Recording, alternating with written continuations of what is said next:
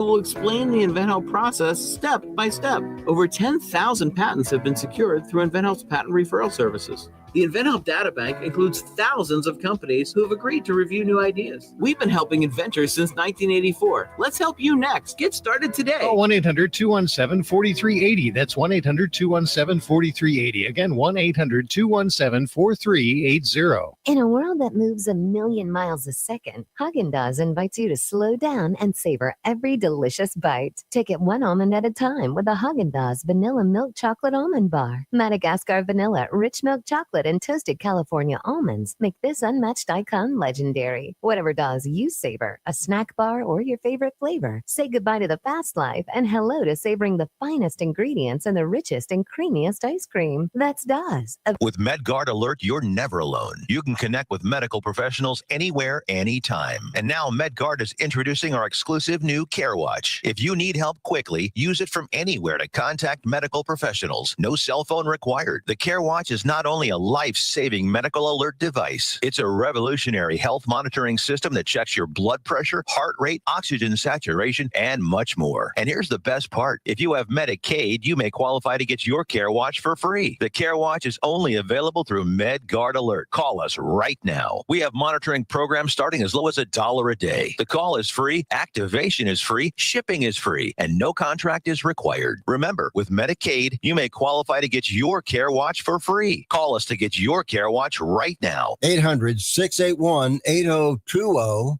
800-681-8020.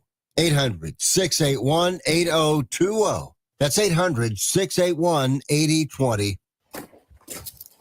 The grit of the sidewalk crunches under your shoes as you walk up the driveway to your newly renovated home and as you lean against the new Chevy Suburban in your driveway. That's when you realize that listening to VTR in Sports changed your life. Your business messages, visually written, resonated with our audience and brought you new relationships and clients. That's the power from partnering with VTR in Sports. Access that power, then enjoy the fruits of our labor. Start now. Email info@virginiatalkradionetwork.com.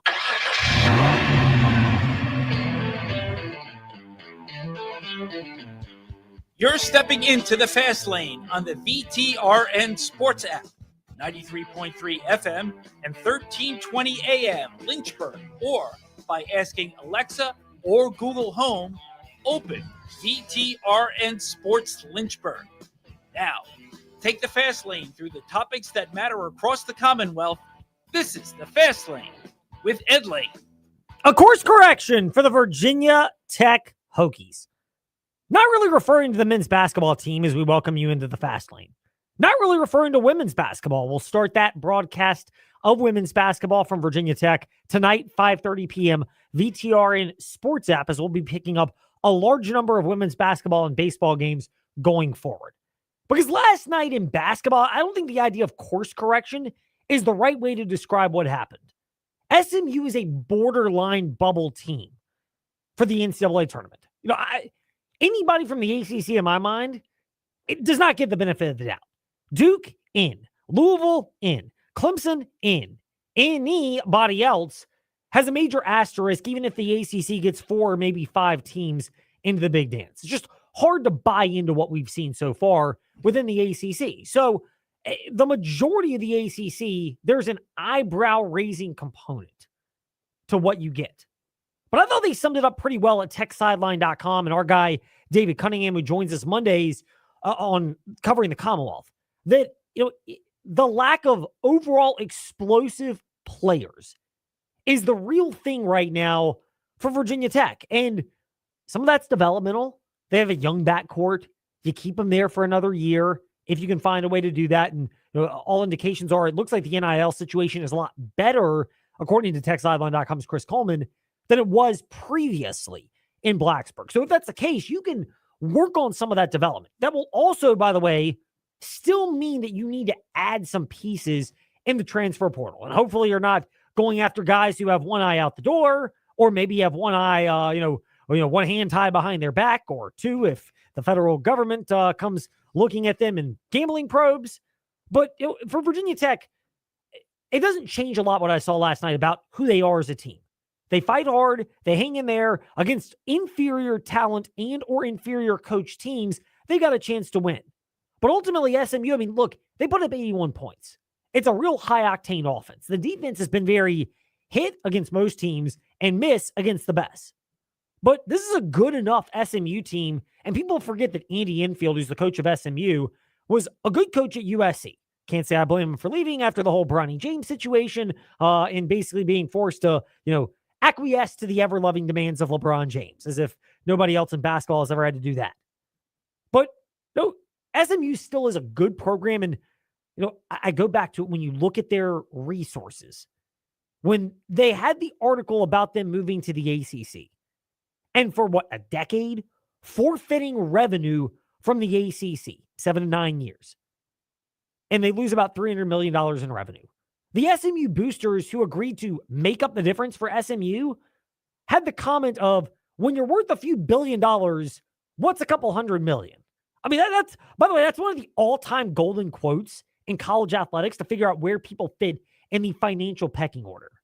But for Virginia Tech, that's just what they are. Now, the idea of course correction with Virginia Tech, it doesn't apply to women's basketball. I expect them to get a win tonight at Virginia in a rematch of the game that the Lady Cavaliers won in Blacksburg a few weeks ago.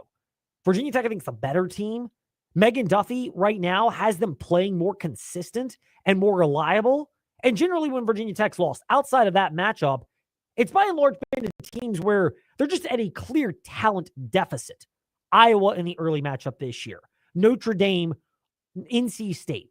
Those type of teams have given Virginia Tech fits. Virginia, they've got talent, but they've just not been consistently reliable in women's hoops. So I like Virginia Tech. The course correction, though, part is whether or not you got to the right conclusion, but you took the wrong road. Trey Lyle, by the way, loves this reference when referencing something. I hope I don't get banished for stealing this from the morning warm-up, weekdays 7 to 8 a.m. But, by the way, Philip, since we're here, Earth to Philip, you got to have the computer on so I can play the soundbite over here. There it is. Duval. Yes, Liam Cohen, new coach, Jacksonville Jaguars. I mean, that's the ultimate example of they got to the right decision of getting rid of Trent Baalke, but they took the wrong road to get there of exhausting other coaching candidates and then realizing no one wanted to work with Baalke, so they got rid of him and got the guy they want. Down in Duval. Trey loves imitating that, along with his guy, Shayshawn Barkley. That to the morning warm-up is what plenty of other sound bites are to us in the fast lane, that we won't just rattle through all of them because we don't have time for all of it today in the fast lane because we're going up to 5:30. But for Virginia Tech, men's football or men's basketball and women's basketball, I kind of gave you the overview a moment ago. But for football, did they get to the right conclusion? Look, I don't think there are a lot of people that were, initially on board with the idea of Tyler Bowen being the right choice at offensive coordinator. Correct me if I'm wrong, and you can go back and check with us because... And guess what? We keep receipts. At Fastlane, Ed Lane, wherever you listen to podcasts. But at any point to this question of... Do you believe that? Huh? That is Tyler Bowen the right candidate to be the offensive coordinator of Virginia Tech? I believe Trey's response largely has been... Oh, no. Oh, no. So, I don't think there's the idea of, oh my goodness, we just lost a really good offensive coordinator. Or, I can't believe we made this decision. This is finally what needed to happen. Either end of the aisle. Excited about it or not. But the timing of it's not great if you're Virginia Tech. You lose somebody this late in the process. And again, it's the trickle-down effect of the changes at Ohio State. Chip Kelly's off to the NFL to be the Raiders' offensive coordinator. They obviously promote from within with the replacement with Brian Hartline, who is a phenomenal receivers coach. He's one of the best at not just recruiting, they get great talent, but also developing them and having them pro-ready. We'll see what happens with Marvin Harrison after we'll be diplomatic here, up and down rookie year in Arizona. But Garrett Wilson, Chris Olave, among others, are all, Jackson Smith and Jigba, are all guys that were great at Ohio State and have moved on to the NFL. So sometimes you do need to reward a coach and see if he's got what it takes to take those next steps forward if you want to keep him in your program, and Ohio State does. But those moves create different openings. And look, this is somewhat of the fact of, I thought Andrew Alex hit the nail on the head earlier today on the morning warm-up when he mentioned that for Virginia Tech right now, this is an indicator that they're behind Ohio State and where they fit in the pecking order of college athletics. When you lose your offensive coordinator to go be a position coach somewhere else, I think it's multifaceted. One is Ohio State can afford to give you more dollar bills, y'all. even if it means there will be lots of power going away from you because Tyler Bowen loses the power, no longer being the offensive coordinator. But there's stability now for Tyler Bowen. Not that things are great, but if I recall correctly, I think today, it may have been yesterday, where the news came out that Ryan Day just signed a new extension. Was it 5 years, 7 years? Philip, if you remember the amount number, please feel free to correct me. Yeah, through 2031. Maybe I forget the dollar amount, but it's pretty high. $12.5 million base salary per year with different incentives that will obviously kick that up. But I mean, look, he's got stability. There are 2 years left on Brent Pry's deal at Virginia Tech. I don't get why you'd extend him. You don't need it for recruiting now the way you used to because guys just transfer so much more freely. It's so much easier now. So Ryan Day is going to get it. Good coaches are going to get big extensions, but the further down the order you are, or the less skill you have as a coach, or the less proof you have, I don't think there's this, oh my goodness, someone else might sag him. Who's going to grab Brent Pry for a head coaching job somewhere? Probably not. So if you're Virginia Tech, you can afford to see how this goes in a make or break year. For Virginia, I don't know why they would have extended Tony Elliott and his coordinators like they have, but it's a make or break year. You go ahead and figure it out. So if you're Tyler Bowen, why would you want to be there when you've got stability and similar dollar bills, y'all, at a place like Ohio State? It just seems logical that if you're in Tyler Bowen's shoes, that's the route that you would much prefer to go.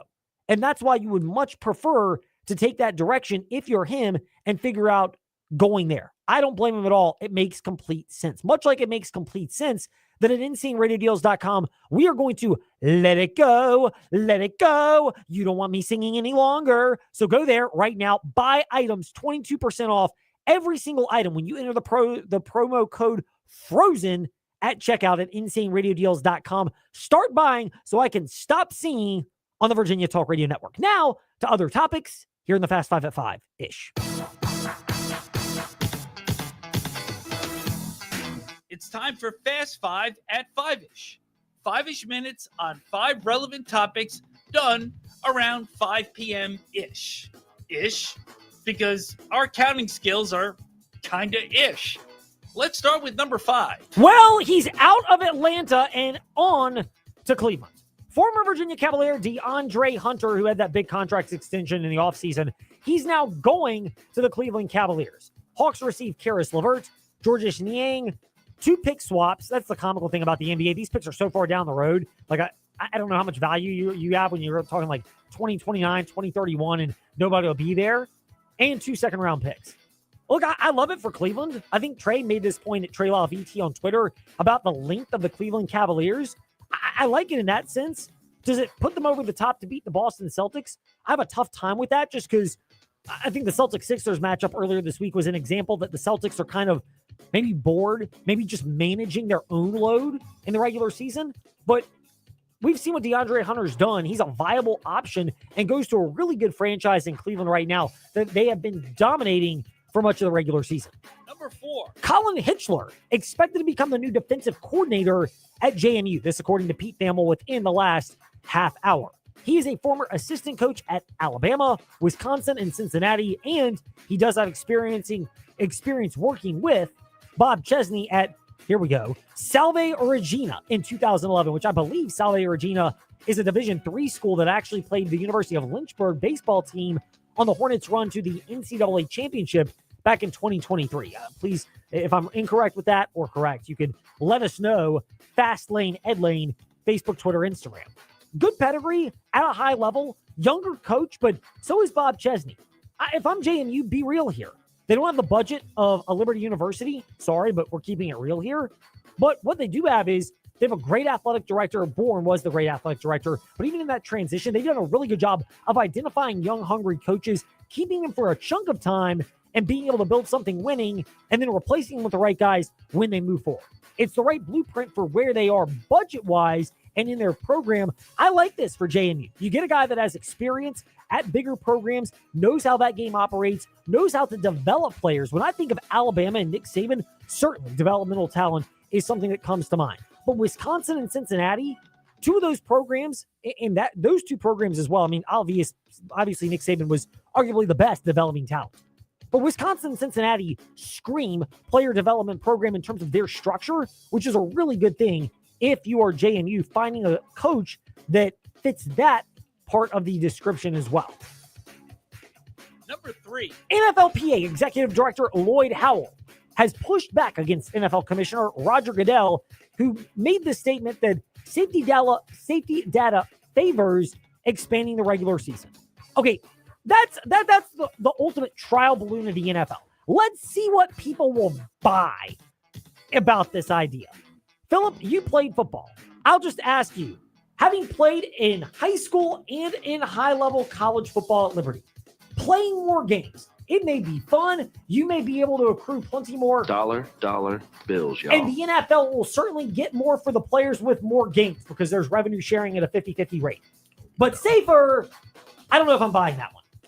Yeah, I'm sure the players are going to want some more compensation or something like that. But after a game like 16, I'm sure they're burnt out. So it's interesting to see how that turns out for sure. Yeah, and I mean, is it safer to play more college football or NFL games? Or is that a stretch? They'd almost have to back up the eligibility to go to the NFL like another year or something, like 2 years and then gone if they're going to start doing that. Because at that point, man, I think the years will start stacking on my body. I don't know how much I could tell you that. Yeah, extra games means less time to recover, more risk for injuries, more wear and tear. And over the course of multiple seasons, it becomes harder for you to accrue that longevity of a career if you're an NFL player. That is the not safe part of expanding the schedule. Speaking of the NFL and college. Number 2. Ron Rivera is going back to college. This explains why, full disclosure here, we tried to get connected with Ron Rivera this week for an interview in the fast lane, and he kind of slow played it and wanted to reconnect. Now we know why. He wanted to slow play it, and he was great to us. We'd love to speak with him when Virginia gets ready to head out to Cal in early November. Wahoos are on the schedule for Cal, Hokies are not. I think, yes, Virginia Tech, they actually are. They've got a Thursday or Friday night game in October, so keep that in mind for potential guests down the road.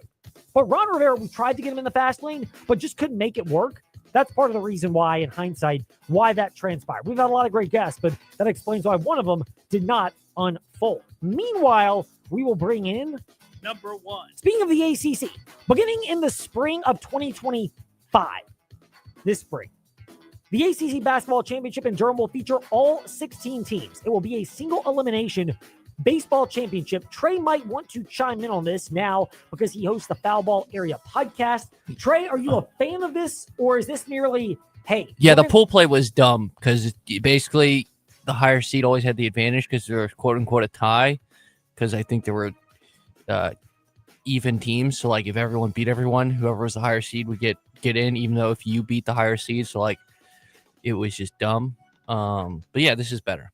I think this is more in line with like the SEC and the other big conferences. So it's easier to follow as a fan for sure. Yes. Pool play, the way they did it was dumb. When you're trying to explain, like, I use this as a barometer. My wife loves sports, but she doesn't get into the weeds like we do because it's our job. And a lot of fans don't.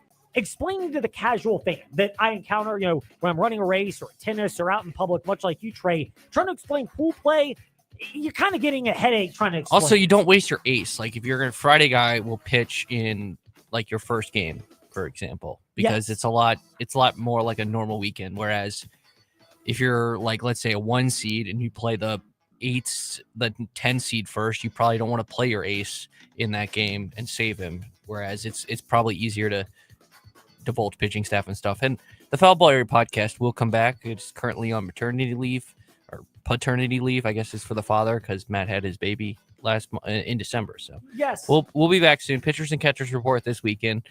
We're getting going. Trey, I like it. Paternity leave, totally okay. There are times where that's absolutely necessary, like your co-host Matt Atkins, I believe dad for the first time, by the way. Welcome to the world of parenting, Matt. It will get harder when you have more than one kid. You think it's hard with one. Wait till there are more in the equation. The whole game changes. Spoken as a dad of twin boys. When we return to the fast lane, speaking some truth about NASCAR and the clash at Daytona or the Coliseum or Bowman Gray or rotating around or staying at one site. We'll opine on that next because drivers had opinions, and I thought it was a really good event. We'll discuss why here in the Fast Lane. We are making it happen at the Used Car Superstore on the Sheeler Motor Mile, your premier used car dealer serving Southwest Virginia and surrounding areas for over 50 years with the best selection, value, finance options, and exceptional service. Plus 900 pre-owned vehicles all in one location. Volume selling means volume pricing, and we've got the volume. The Used Car Superstore is your one stop for most makes and models. Cars, trucks, vans, SUVs. Many have miles in the teens, remaining factory warranties, and some are even local one-owner vehicles. Plus, Sheeler owns the finance company. Getting approved for credit is easy on the Motor Mile with finance options for every budget. 900 used vehicles in stock now. More than any other dealer in the area. Hurry in for straightforward pricing and more inventory arriving daily. Why wait? Make it happen at the Used Car Superstore on the Sheeler Motor Mile, your premier family-owned car dealer serving Southwest Virginia and surrounding areas for 50 years. I-81 exit 118C in Christiansburg. Call 866-SHEELER1. Always open at Sheeler.com. Imagine a community where every homeowner feels heard and valued. That's the feeling you deserve, and that's the feeling you'll get at Brownstone Properties. Our dedicated team is here to support you, ensuring clear communication and proactive solutions. Transform your homeowners associations. Call Brownstone Properties today for a free consultation. BrownstoneProperties.com and 3720 Old Forest Road in Lynchburg. Let's build a better community together. When shopping for auto liability insurance, it's wise to consider the best policy, not the cheapest. Hi, I'm Randy Trost with Trost Law. It's crucial to have more than the minimum insurance on your auto liability policy. This protects you if you injure someone or if someone without proper insurance hurts you. Having the right policy ensures you have sufficient underinsured coverage to take care of you and your family. To learn more how we can help you navigate these challenges, visit us at trostlaw.com. That's trostlaw.com. We're here with Colt from We Fix Stupid Computers. Colt, to go along with your residential or individual walk-in services that you offer, you also do a lot of business IT support. How about you discuss that, and what specifically do you do to help businesses in the area? We see a lot of that. Small to medium-sized businesses, they still have their IT projects. They still need resources to help them within their office and for remote users. And so we'll step in and fill in the gap where we do a lot of projects for them, help them manage their resources, their budgets, and get their technology under control. Colt, how can these people reach out to you to assess their IT needs? Call us. Our number is 434-525-8590. Our website, wefixstupidcomputers.com. We're on Facebook. And our office is here locally, 14690 Forest Road, right next to Scott's Cabinet on 221. Hey, gang, this is Bud Foster, former defensive coordinator for the Virginia Tech Hokies. You're listening to The Fast Lane with Ed Lane and Trey Lyle. Join the chat at Trey Lyle BT and Fast Lane Ed Lane on Facebook, Twitter, YouTube, and Instagram. Well, we have a little bit of breaking news in the Fast Lane. They'll probably get to this more tomorrow in the morning warm-up, as they'll also recap the NBA trade deadline in full. We just gave the local angle with former UVA Cavalier DeAndre Hunter going from the Atlanta Hawks to one of the NBA title favorites, probably the second favorite in the East behind Boston, as DeAndre Hunter heads to the Cleveland Cavaliers. Speaking of other things going on, college and NBA ties, Mike Woodson has NBA ties, having coached the Knicks. He's now the head coach at Indiana, but according to Jeff Goodman, that may not be much longer. He is, quote, contemplating stepping down and retiring, end quote. Let's keep it real here. What he said and what he meant, a special edition. The best place to find true insight is in a press conference. Great kids, great school. Football's important to that team. It's not a media scrum. I'm attacking it with an enthusiasm unknown to mankind, to faith, family, football. Tough as a $2 steak is what comes to mind. Let's have at it. We're going to do it or die trying. Better today than yesterday. Better tomorrow than today. It's listening to the Fast Lane dissect what's really being said by your favorite players, coaches, and administrators. It's time for what he or she said and what he or she meant. Well, let's keep it real here in the Fast Lane. When you have lost 6 of your last 7, you've lost the support of high-level boosters, and there is major amount of disconcertment from the fan base at Indiana who have left games early and oftentimes not even shown up.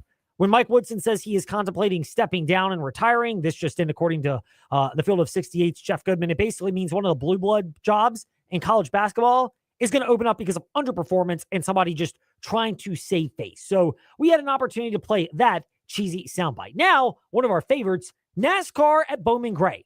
I thought it was great from an entertainment standpoint, which is why we get a chance to get into the weeds. The haters say we get into the weeds. They may even say we get into the weed. Smoke weed every day. Nah, we love getting into the weeds to discuss some cool sports details here in the Fast Lane. So, NASCAR, the clash at Bowman Gray. Chase Elliott led the majority of that race and was clearly the best car. Had the benefit from starting on the pole, which was awesome. But I don't have any real issue with the race itself. You had challengers. Ryan Blaney rose from the back of the field all the way up to the front, and I think he's kind of asserted himself as one of the better short track racers. But the environment was phenomenal. Noah Gragson said this to FrenchStretch.com and mirrored what Trey Lyle has said for much of the week in the fast lane and the warning warm-up, and that is, seemed like there were a lot of middle fingers there. It's so much fun to race, and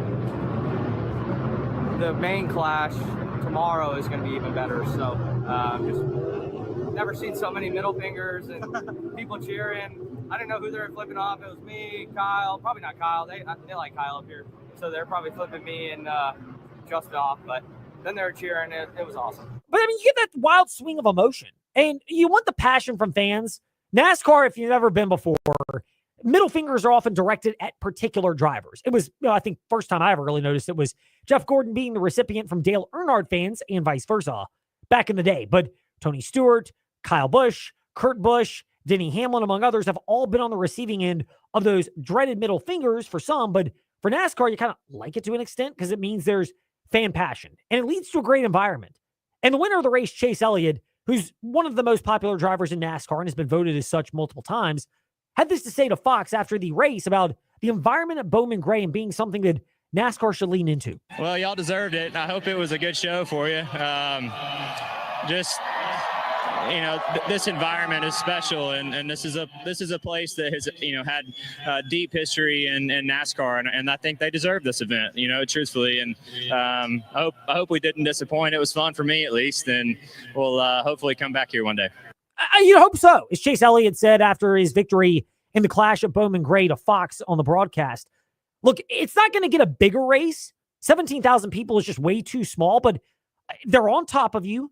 There's a condensed feel of the atmosphere, and that creates a level of excitement that even though there's not as many eyeballs there, and ultimately NASCAR is going to want more because that means more money, it creates a really cool atmosphere. And Shane Van Gisbergen from Australia, who's run a lot of open wheel and different race series in different parts of the world, so that's one of the appealing things about having Bowman Gray on the NASCAR schedule. I was behind Christopher Bell, and there was some dude with no shirt on with 20 written on him, and he must have been freezing, but yeah, every lap he was cheering Christopher on. That was pretty funny, but yeah, you can see it. It's kind of like Western Springs where I spent summer racing. The crowd feels like they're on top of you. They're really into it.